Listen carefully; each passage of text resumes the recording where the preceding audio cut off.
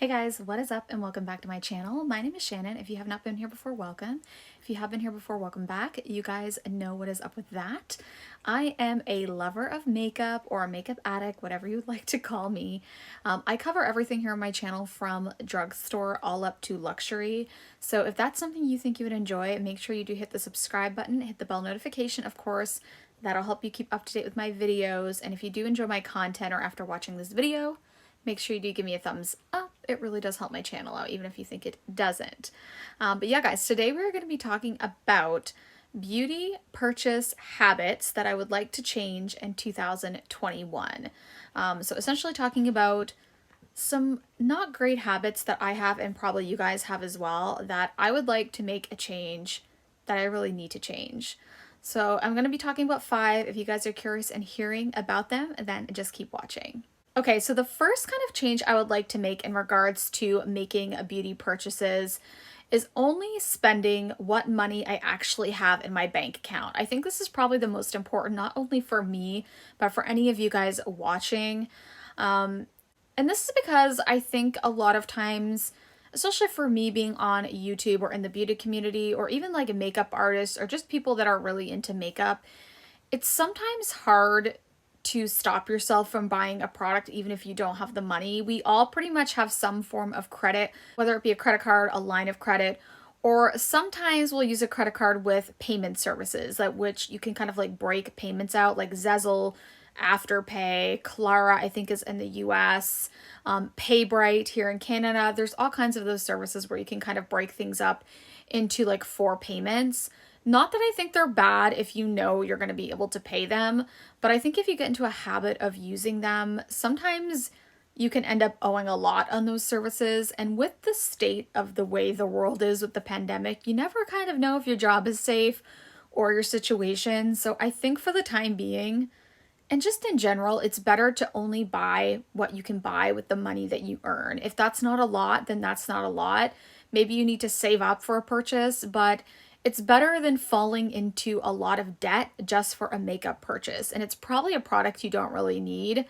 So that's the first, and I think the biggest one, is to really focus and try to only buy the things that you can afford. All right, so number 2, I have a couple that kind of go along with impulse purchases, but this one basically is not to buy something off that first glance. So, you know, when you're scrolling through Instagram and you're going through trend mood, and you see that product, let's say it's the one I can think of most recently is the Natasha Denona, the Mini Love collection.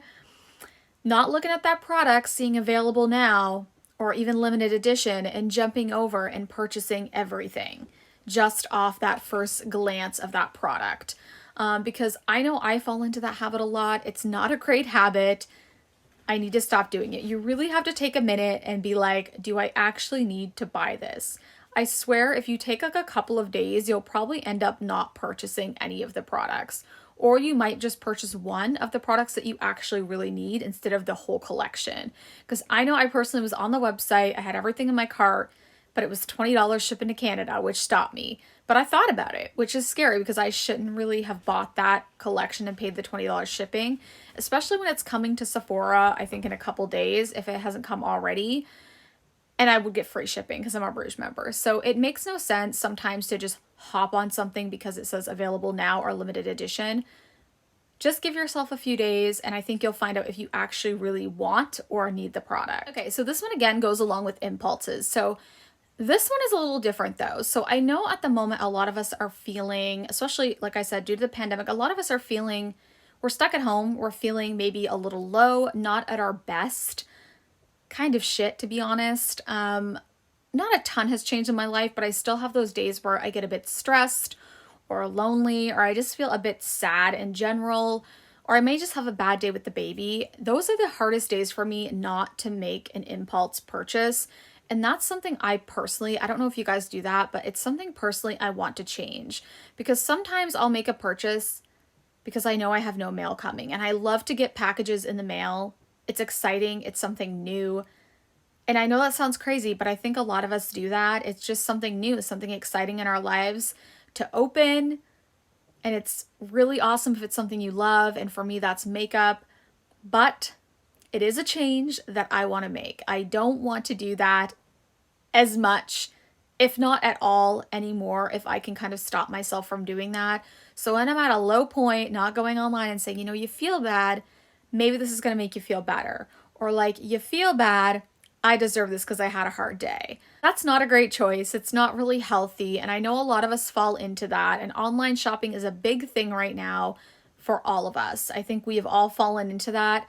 But I try to remind myself, especially lately, that it's just not something that I should be doing. So hopefully, I'm not perfect, but hopefully I will get better at that and kind of notice when my feelings are not that great and kind of avoid the whole process even or going on, let's say, the Sephora website. Just avoid it altogether so I can stop myself from making those purchases. Okay, so the next way I'd like to change my kind of habits is to actually, when I see a product, let's say it's a foundation, because I love foundations, or even an eyeshadow palette, especially an eyeshadow palette. Let's talk about that.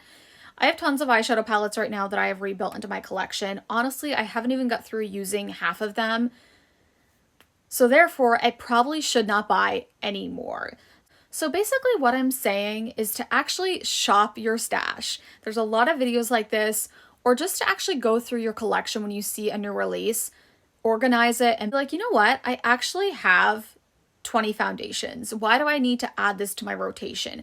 Is it really going to add anything? The same with the eyeshadow palette. Am I ever going to use it within the next couple months? Could I wait to make this purchase for another couple months? Or maybe I just won't make this purchase at all because of all of the other products I have like this in my collection. A lot of times, especially makeup lovers and people on YouTube in the beauty community, we fall into that place of like always buying the new, especially when it comes to like eyeshadow palettes. And when you actually go through your collection, let's say you have 20 eyeshadow palettes, chances are you have every single eyeshadow that's in that new palette that you want to purchase. So I think shop your stash videos, even watching them, is kind of therapeutic, but also going through your collection, organizing it frequently will help you kind of be like, okay, this is what I have. You know, I have 20 blushes, I have 10 bronzers, I have 20 foundations. So what is it that I really need to purchase and what is it that I really don't need to purchase?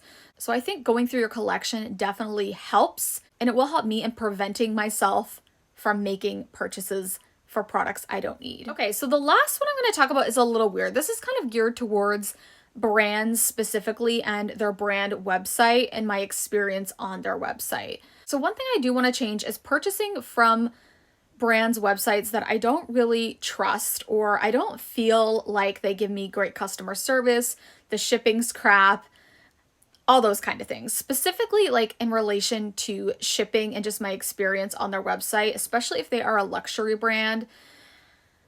I know this one's kind of weird, but I thought about it when I was doing this video.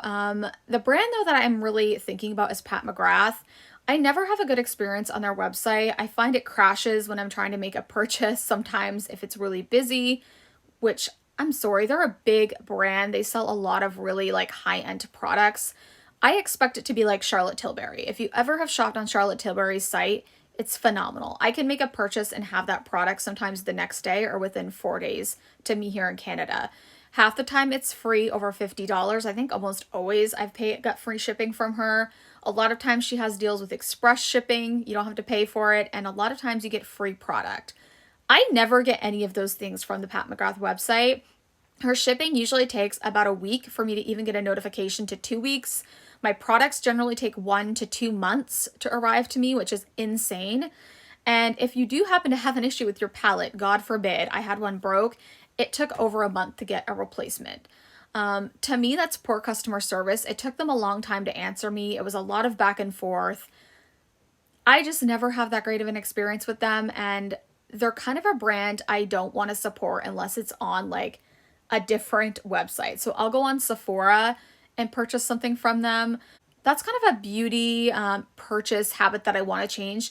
Just going onto a brand website, even if I know it's going to be a shitty experience in purchasing because it's the only place I can purchase the product, because chances are that product is going to be released somewhere else. In Pat McGrath's case, even if it says it's exclusive to her site, it usually ends up coming to Sephora. And if it doesn't, it doesn't. I'm not going to purchase from her site, I don't think, any longer, unless it's like something I don't mind waiting 2 to 3 months for or like a really good sale.